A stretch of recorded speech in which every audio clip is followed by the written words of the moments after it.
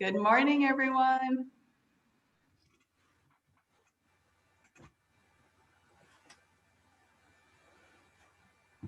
I know a couple of you have asked if it's okay to record, and yes, it is. Just let me know and I will make that happen. And I think we are going to go ahead and get started. Thank you so much for joining us. We're going to go ahead and kick it off with Senator Michelle Stennett first, and then hear from Representative Ilana Rubel, and then we will open it up to your questions. Thank you. Good morning, everyone. Thank you for your patience this morning. I think that we're all sort of blurry-eyed. I couldn't put enough eye drops in to get my eyes open this morning. So we ended up going into late hours, as you all know. So thank you for being here. I'm Senator Michelle Stennett. The legislative session has been chaotic and unprecedented with challenges and delays. Unlike most years, it took 4 months to balance a budget, which we are constitutionally obligated to accomplish in order to conclude our business. And despite this being the longest session in state history and not over yet, no meaningful legislation was passed to actually help working Idahoans, and what was done in the last week. Democrats in both the House and Senate have tried to introduce numerous pieces of legislation and address the real problems in the state, such as increasing investment in education, delivering a targeted tax reform that benefits working Idahoans. Some of the proposed solutions included increasing the grocery tax credit, leveraging state funds to reduce property taxes, expanding property tax assistance, and increasing the homeowners exemption. The majority party denied the Democrats' hearing at each point. A bipartisan bill to fund full-day kindergarten also died. In a year where the state is flush with funds due to spending holdbacks, a rebounding economy from some sectors, and some federal COVID-19 relief funds. Instead, we spent much of our time focused on the balance of power between the legislative and executive branches, with multiple bills in both bodies centered on this topic. Concern over this arose with the context of COVID-19 pandemic and the governor's response to it. Legislation centered primarily on short-term policies of today's crisis in Idaho, rather than the long-term consequences of how power is allocated in Idaho. Both bodies passed bills to allow the legislature to call itself back into session, and this will come to the voters in 2022 as it requires a change to the amendment of the Idaho Constitution. Many state legislatures do have this authority. However, the current proposal to do this was not crafted narrowly enough to prevent frivolous special sessions and ensure that the Idaho legislature remains a part-time body. The request for legislative power also showed up in other frivolous forms, like a bill to limit cities' authority to spend money on public art, and a bill to require legislative approval for renaming streets, parks, and schools under some circumstances. It is also apparent in intrusive ways, such as a bill to cap counties, cities, and other taxing districts' ability to collect taxes needed to provide crucial services, taking away local authority over public health declarations, and more. The mediocre efforts for tax relief leaves behind a majority of Idahoans experiencing extreme financial distress. Our tax burden has shifted more to residential properties and less on commercial properties in a time of extraordinary population growth. Now our funding for public safety and other essential services being threatened as a result. This persistent unwillingness to ameliorate the lives of most of our citizens is demonstrated in House Bill 380, which gives 60% of Idahoans only $14 to $15 a month in tax relief. All of the attack on public education only added further insult to injury. Local always been the theme of education, but we've seen an overzealous attempt to set aside state mandates in our public school districts. Several bills set out to penalize our schools for COVID decisions by withholding funds. Several other bills were designed to mandate parent involvement and choices while negating school board choices and policies. Teachers and their professionalism were berated either through their certification standards or school collaborations. Our local schools with every other one of our communities, with our parents, our students, teachers, and administrators alike. Our most vital commodity is our children. We need to do better. Investing in education has always been a priority for Idaho citizens, and in the 2021 session, it's been a challenge to our constitutional dictate to establish and maintain a general, uniform, and thorough system of public, free, common schools. Around 20 bills attack public education, with the House Republicans outright refusing to fund education, turning their backs on over $70 million during an immensely difficult time. Budgets are used to punish students, teachers, and public schools. Rather than support, they were attempts to remove the qualifications for teacher certification and provide millions in state funds for private schools. In this last week, several large bad budgets were passed hastily, like transportation, infrastructure, and tax relief, out of the general fund, which will compete with the battered education budgets and healthcare. We will need to stay alert and diligent with those budgets to make sure that they are sustainable into the future. All right, I think that sends it over to me. Thank you all again for joining us and getting up, I guess not exactly bright and early, but pretty bright and early considering we're all here till midnight. So many have called this the worst legislative session ever, and it's hard to dispute that conclusion. It's particularly hard to swallow the damage done to the legislature when viewed in the light of the potential good that could have been achieved. We had the largest budget surplus in state history heading into this session and an influx of federal funding, the likes of which we have never seen. This could have been the year we finally brought full-day kindergarten to Idaho, something that's been a top task force recommendation for years and that would address lagging literacy performance and property tax problems. This could have been the year we finally raised Idaho above its dismal spot as last in the nation in education funding. Could have been the year we restored higher education funding, which never really recovered from the decade-long recession cuts. It could have been the year Idaho joined the 46 other states that offer publicly available early childhood education. It could have been the year we finally gave struggling citizens real property relief. But instead, despite having more time than any Idaho legislature in history and more resources to accomplish these items, our colleagues across the aisle put wild conspiracy theories above facts, and they put the interests of the wealthiest above those of working families and children. The GOP supermajority left our schools at the bottom in national funding and instead passed a nearly $400 million tax cut that pretty much wipes out any hope of correcting our insufficient school funding, and that overwhelmingly benefited the richest individuals and corporations while leaving scraps for the working people who need help. House Bill 380 gives a $10,000 cut to those in the top 1% and about a $50 cut per year to the low-income families who actually need it.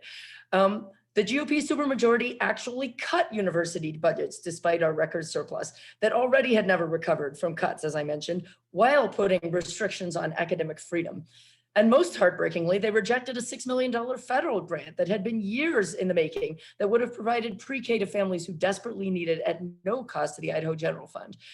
This really was a desperately needed lifeline for communities around Idaho who had been working so hard to secure this grant that was actually supported by the Trump administration and by Senators Rich and Crapo, but ultimately Republican House leadership wouldn't even allow a vote to accept it. They rejected $40 million in the federal government COVID relief funds to allow K-12 schools to open safely. And when it came to property taxes, the issue that is of perhaps the most importance in recent years to the people of Idaho, they blocked every meaningful proposal and instead rammed through House Bill 389, which delivers a negligibly small increase to the homeowners exemption while actually kicking people off of the circuit breaker and jeopardizing the funding of vital local government services. Ironically, in the end, it's the Republicans who are defunding the police. But never has it been more clear that there is a total disconnect between the agenda of the Republican politicians running this state house and the majority of Idahoans, regardless of their party. Outside of this building, you would be very hard pressed to find an Idahoan who thinks it's a good idea to leave our schools, the worst funded in the nation, while giving a $10,000 tax cut to millionaires. Idahoans value education, and they wanted meaningful property tax help.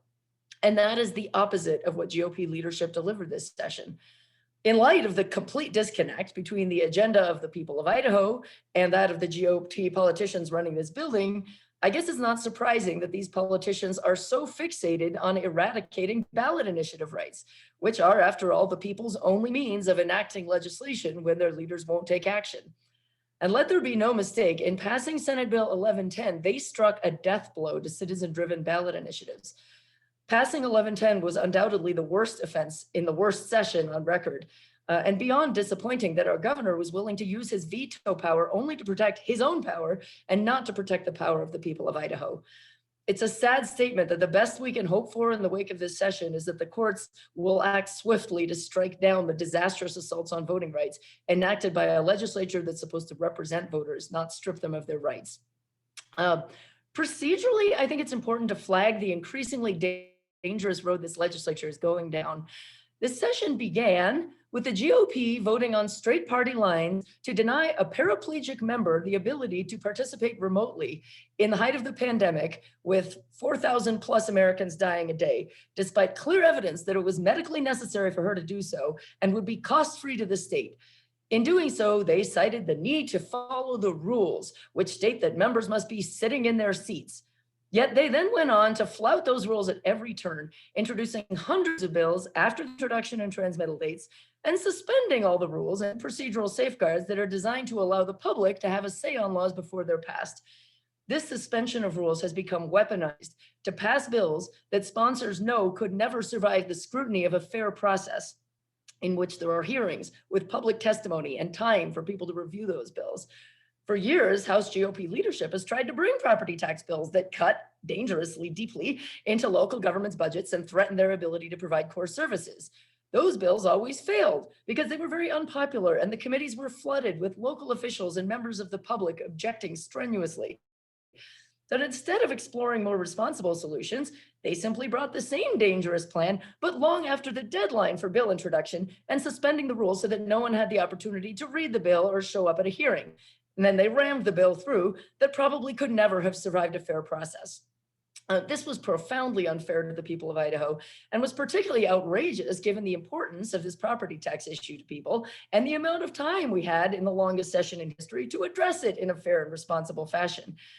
And I can assure the people of Idaho that if the Democrats were able to control the process, we would never see such legislative malpractice. I hope that there will be accountability for such abuse of power, and that Idahoans will demand going forward that they at least have a chance to have a say on matters of critical importance through public hearings and time for meaningful review of legislation. But I want to end on a bright spot. I am very proud of the work done by our colleagues who worked tirelessly and in bipartisan fashion to advance positive developments for the people of Idaho. Senator Melissa Wintrow fought to increase access to contraception, which unfortunately was blocked, but she did successfully close the loophole on marital rape, which was long overdue. Representative Brooke Green passed legislation to ensure that veterans get the benefit of the circuit breaker on their property taxes. Representative Nekachea has long worked on extending the foster care cutoff age from 18 to 21, which was signed into law and which will greatly benefit our most at-risk youth. Senator Ali Rabi did tremendous work advancing the rights of tenants. I'm proud of my legislation to advance coverage for medically necessary formula for children with severe digestive disorders. And that's just a small snippet of the amazing work done by our members on real issues that benefit people. And I also want to note in closing that the Democrats were absolutely instrumental in basic governance and keeping the train on the tracks when it comes to the core government functions that citizens count on. There were dozens of essential items that the majority of House Republicans voted against and that only passed because of Democratic support. Things like the Commission on Hispanic Affairs, the Department of Parks and Recreation, Idaho Public Television, the Commission on the Arts, child care relief funds, funding for the Domestic Violence Council, for the Developmental Disabilities Council, WWAMI, and the training of medical professionals, which we need so desperately in our state, the Medicaid budget, support for avalanche prevention, and that's just to name a few. These were all opposed by a majority of House Republicans, and none could have passed without the Democrats' commitment to principles of good governance and providing the essential services that the public depends on. Our caucus stands for responsibility, stability, and valuing facts, something increasingly essential as we saw the debate lost at times this session in a deluge of conspiracy theories.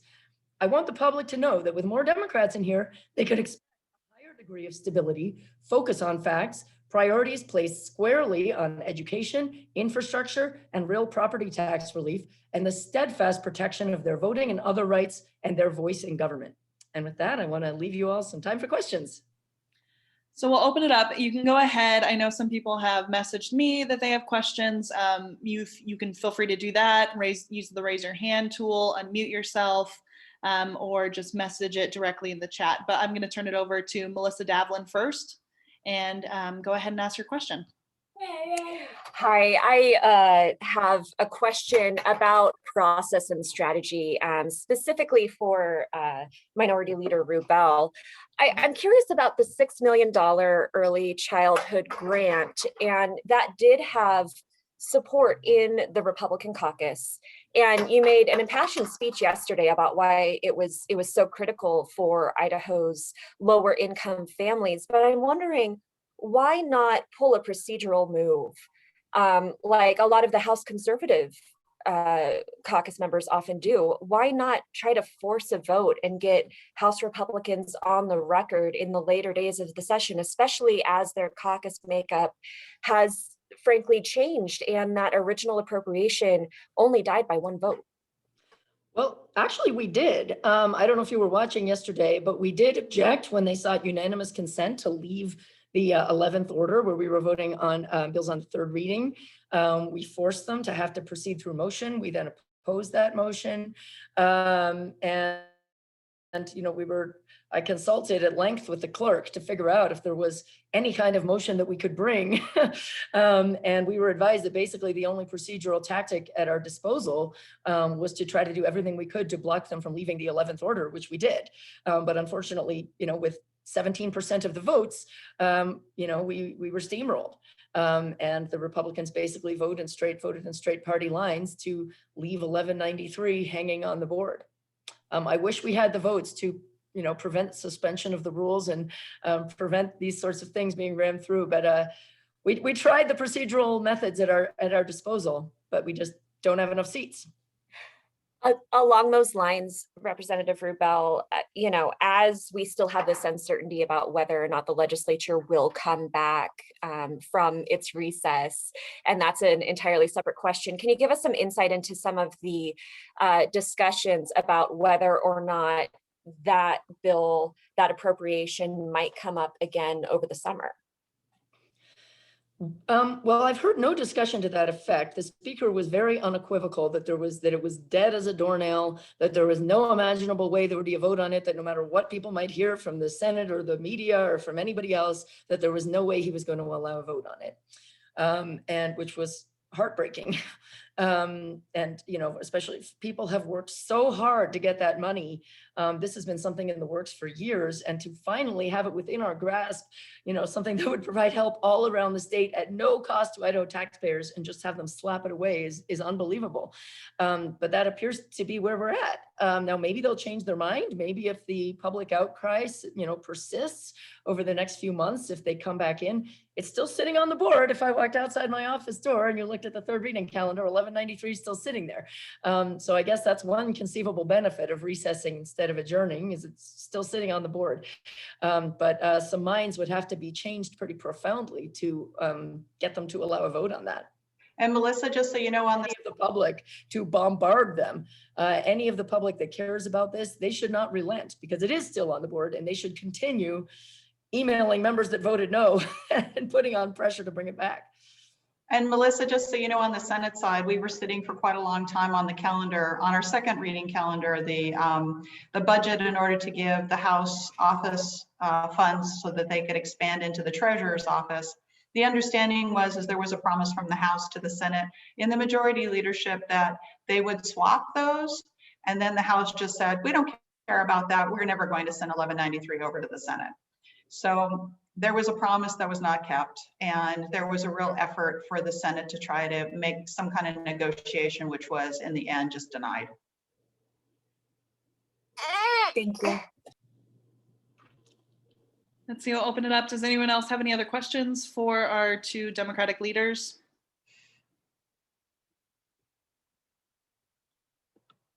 So Keith with the AP, could you just comment on the House just recessing rather than adjourning, your thoughts about that? Yeah, I opposed that and we tried to adjourn because, well, we have this constitutional amendment out there where we're asking the public to weigh in on amending the Constitution to allow the legislature to call themselves back. And it feels to me like kind of a cheap end run if they say, oh, never mind, we're not going to actually amend the Constitution. We're not actually going to have the public weigh in on this major matter. We're just going to turn ourselves into a year-round legislature that can call themselves back anytime by recessing instead of adjourning. So it felt like a real end run to reach that end without going through the proper mechanics of actually asking the public if that's how they want this system to work. But beyond that, I thought there might be kind of a constitutional quandary in one chamber adjourning versus the other one recessing. And I don't know if some clever person might bring a lawsuit at some point and decide they can just force the Senate to have to come back every 3 days. We're in real uncharted territory. It seemed like it would be cleaner to just adjourn. And I guess I'm skeptical that anything will come out of this recess gambit. Functionally, on the Senate side, it was a message to say that we had finished our work. And in order in the sine die for us to come back, we have to have a quorum.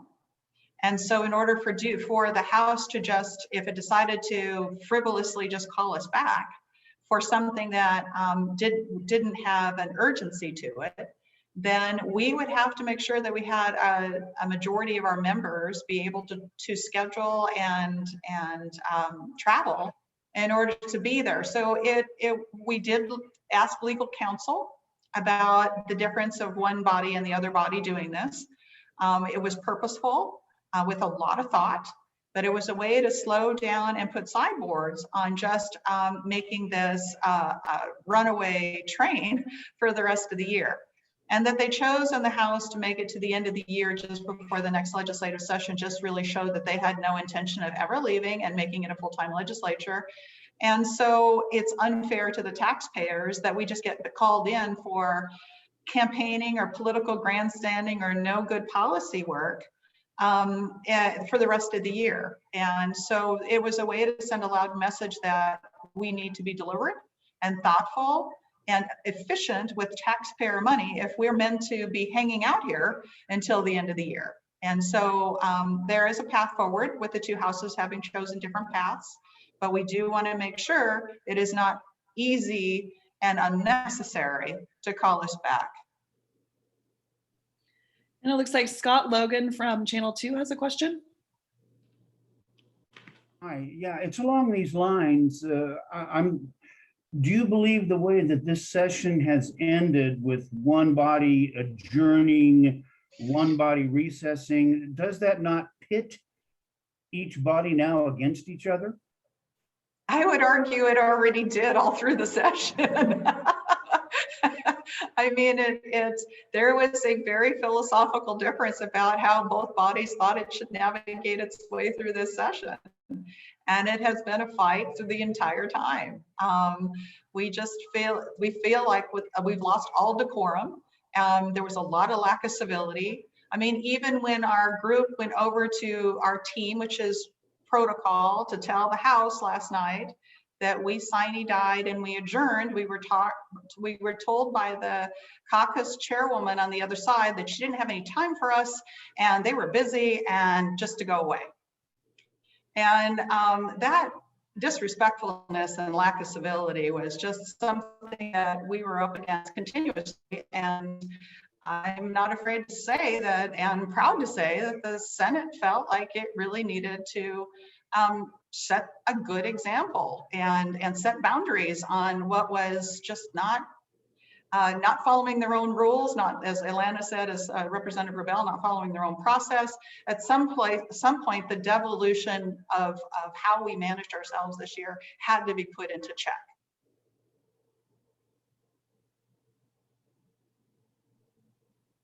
Let's see, is there any other questions? Joe Paris with KTVB, quick question for you. With everything considered about this session, and I know it's too early to start talking about next January, but I will anyways, is there any new, I guess, strategy or mindset heading into the next legislative session after, I guess, what you could call a wild session? I guess, do you have any thoughts about things you wish you would have done differently this session that you'll take into the next session? Well, I think it's going to be a campaign year and a redistricting period. I think it's going to be wild. I don't know how smoothly something like that will roll out. I know that we are committed to doing what we feel like we were sent here to do, and to hear the people and listen to the people and do policy that's good for the greater majority of Idahoans.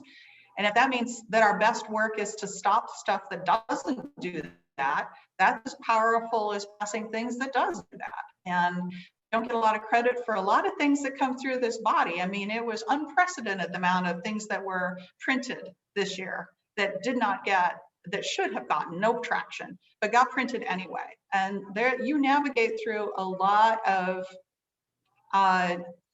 frivolous and unconstitutional stuff. And I would say it was unprecedented, the number of things that we saw that we just knew we were never going to win and have to defend in court.